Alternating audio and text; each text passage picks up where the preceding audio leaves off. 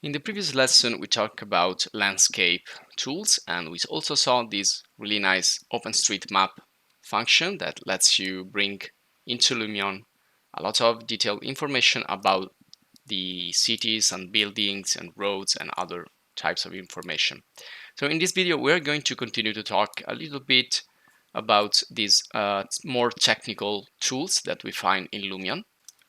So we are going to leave the part concerning the landscape, and remember that when you import OpenStreetMap here, you can then modify with all the tools that we saw before. You can use them to modify the landscape to your own will. You can delete buildings. We saw that in the previous video. So you can see you can affect this just as a standard Lumion landscape, and you can start to place elements, trees, and put a lot of details into this uh, city landscape. Okay, so let's get now to another file, and let me create a new one, create a new plain environment, and let's talk about these additional tools. And these are actually the last tools that we didn't explore yet on the main toolbar here, and these are utilities. So I will click here, double click on utilities. So this will be the last tools that we're gonna see from the toolbar, and then we're gonna move to render, animation, and other post-production effects in the right part of the interface. So you can see here we have 6 different tools at the moment, or 6 different utilities.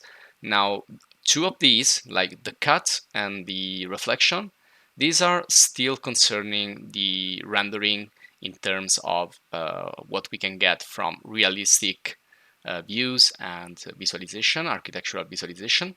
The other ones are more technical and like annotative objects that we can use to explain better our project or to have different approach, like a more technical approach. Now for this more technical approach, I just want to show you a quick tip.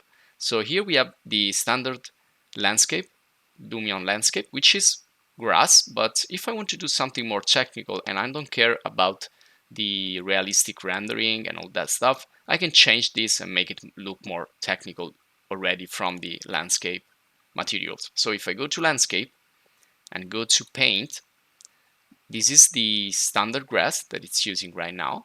And if I click on this arrow, I can then choose a custom texture that I can use to replace this standard and classic Lumion landscapes.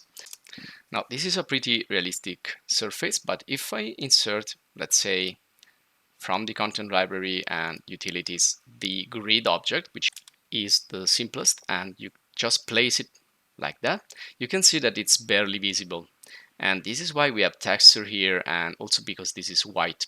So the first thing I want to do is to go to select and change the color of this grid. So I'm gonna make it this black, but again, it's still not so visible. You can also adjust the grid scale. Okay, and well, let's make it more visible. Let's make a more technical drawing here just by going into landscape, edit type in the texture landscape, and choose custom diffuse. Now if you go to Google, you can download any texture and you can make a custom landscape. So in this case, I've just created a plain white rectangle. You can do this in many different ways. You can just create it with a Photoshop or GIMP, or you can just generate it in many ways. Okay, and if you place this simple white rectangle like that, if we go back, you can see that the landscape now it's totally white, and it will be helpful if I want to do something more technical and use the grid. Now I can see it much better, and we will use this in this lesson here. Now you can also select the grid, you can move it around, and of course you can rotate it and scale it. Here you have the various different ways that you can use this. So the grid can be useful if you want to place, let's say, some objects and you need some references